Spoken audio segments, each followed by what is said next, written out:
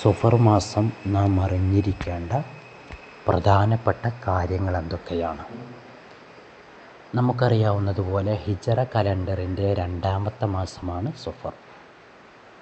യുദ്ധാവശ്യത്തിന് വേണ്ടി അറബികൾ വീട്ടിൽ നിന്ന് പുറത്തിറങ്ങുകയും അതുമൂലം വീട് ഒഴിഞ്ഞു കിടക്കുകയും ചെയ്യുന്ന മാസമായതുകൊണ്ടാണ് പ്രസ്തുത മാസത്തിന് സഫർ എന്ന പേര് നൽകിയത്. വീട് ഒഴിയുക എന്നാണ് സഫർ എന്നതിൻ്റെ അർത്ഥം. സഫർ എന്ന പദത്തിൻ്റെ അർത്ഥം. മുഹറം, സഫർ എന്നീ 2 മാസങ്ങൾക്ക് സഫറാനി എന്നും ഉപയോഗിക്കാറുണ്ട്. മാത്രമല്ല,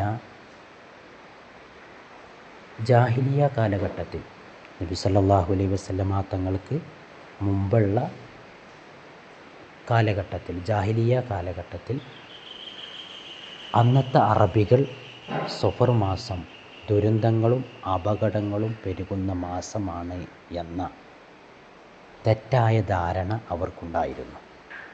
ആ ധാരണക്കെതിരെ ഹദീസ് വന്നിട്ടുണ്ട്. ആ ഹദീസിൽ വലാ സഫറ എന്ന ഒരു പദം നമുക്ക് കാണാൻ സാധിക്കും.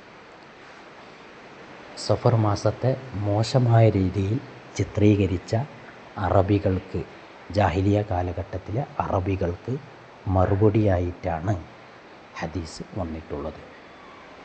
മാത്രമല്ല, ജാഹിലിയ കാലഘട്ടത്തിലെ അറബികൾ സഫർ മാസത്തെ മോശമായ മാസമായിട്ടാണ് കണ്ടിട്ടുള്ളത്.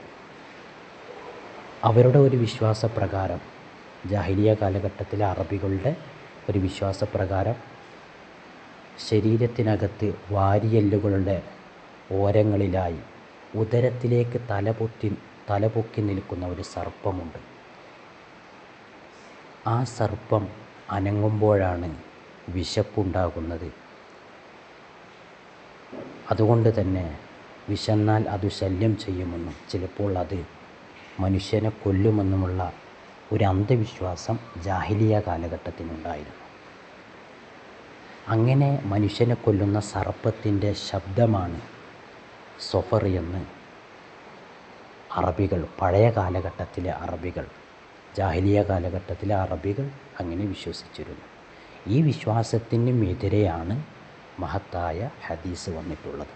ആ ഹദീസിൽ വലാ സഫറ എന്ന പദം നമുക്ക് കാണാൻ സാധിക്കും. അതുകൊണ്ട് തന്നെ സഫർ മാസം നല്ല മാസമാണ്,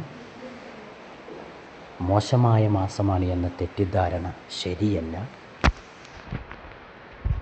മാസങ്ങളിലെ പ്രധാനപ്പെട്ട 2ാമത്തെ മാസമാണ് മുഹറം. കഴിഞ്ഞാൽ അടുത്ത 2ാമത്തെ മാസമാണ് സഫർ.